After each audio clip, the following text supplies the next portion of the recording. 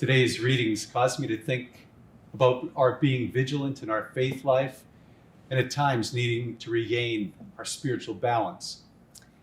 They also brought me back to last week when my mom and I were walking our dog and we came upon a neighbor who lost her balance and suddenly hopped out of her sandals.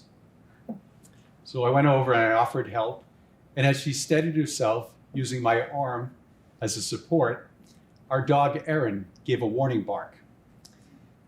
Well, in today's first reading, St. Paul also sounds a warning to the people of Corinth and to each one of us.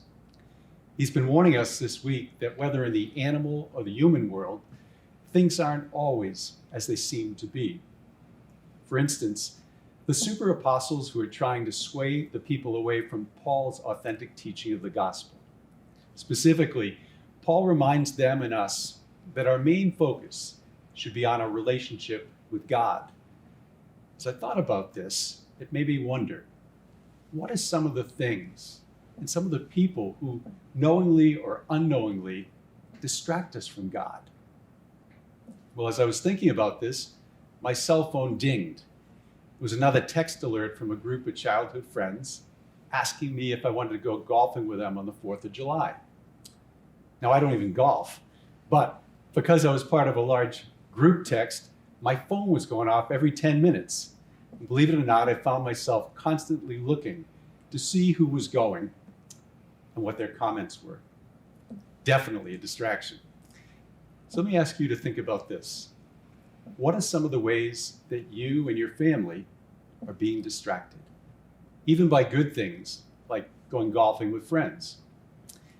It's good to take a look at this, because when enough distractions hit us, that's when we can start to lose our spiritual balance and our focus on God's plan for each one of us and our families. St. Paul's words connect so well with today's gospel. St. Paul encourages we, the church, to remain firm with the essentials of the gospel and to make them a priority in our lives.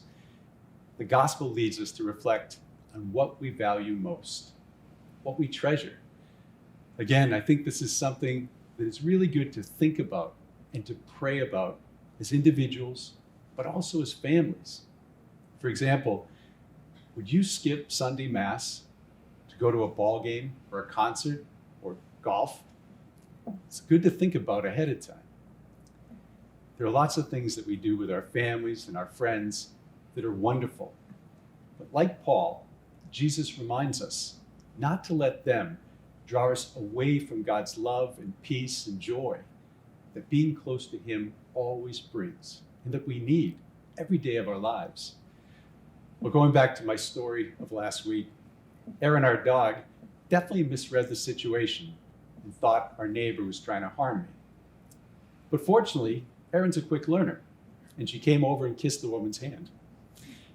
St. Paul and the gospel are true warnings to each one of us and to our families to remain focused on God and to remain vigilant, so that if we do lose our balance, we may turn to Jesus, who's here for us to steady us and to help us follow Him along the way. May God bless you and your families this holy day as we remain vigilant and keep our balance with Christ.